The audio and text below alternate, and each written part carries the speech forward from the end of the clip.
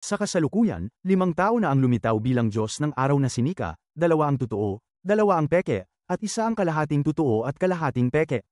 Ang kanilang lakas ay iba-iba. Ang una ay si Luffy na walang partido, na may pinaka-free na kakayahan sa dagat na ito.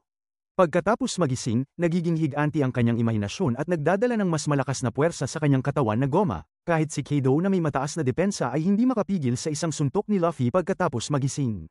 Pero hindi pa lubos na na-develop ni Luffy ang limitasyon ng prutas ni Nika, kailangan niyang mag-upgrade muli sa Elbaf, kung hindi siya magiging kalaban sa kasalukuyang lakas. Ang pangalawa ay si Joy Boy, ang unang gumising sa prutas na goma, ang pinakamalakas na puwersa 800. Taon na ang nakalipas, siya ang hindi matatalo na unang tao na may napakalakas na haki. Mahirap isipin kung gaano nakakatakot si Joy Boy kung nabuhay siya hanggang ngayon. Ang pangatlo ay si Giant Rod, isang pekeng Diyos ng araw na may matinding presensya noong lumitaw. Inakala na siya ay magiging hari, pero isa lang pala siyang itim na bakal na hindi man lang maituturing na tanso.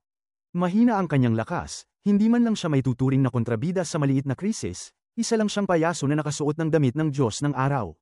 Ang pang-apat ay si Bonnie, isang pekeng Diyos ng araw. Pagkakita niya sa anyo ni Luffy na walang hadlang, ginamit niya ang kanyang prutas para baluktutin ang kanyang hinaharap at naging kasing laya ng anyo ni Luffy.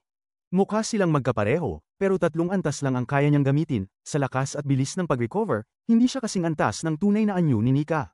Ang panglima ay si Prinsipe Loki, na tinatawag ang sarili bilang Diyos ng araw na si Seer sa mundo. Kabaligtaran siya ni Luffy na Diyos ng araw na magpapalaya sa mundo.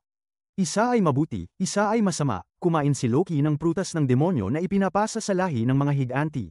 Hindi pa malinaw kung anong kakayahan nito, pero si Nika ay isang mandirigma ng kalayaan sa alamat ng Elbaf. Posible kayang may kaugnayan ang prutas na kinain ni Loki kay Nika. Totoo kayang siya ang Diyos ng araw na sinasabi niyang masama at si Seer sa mundo.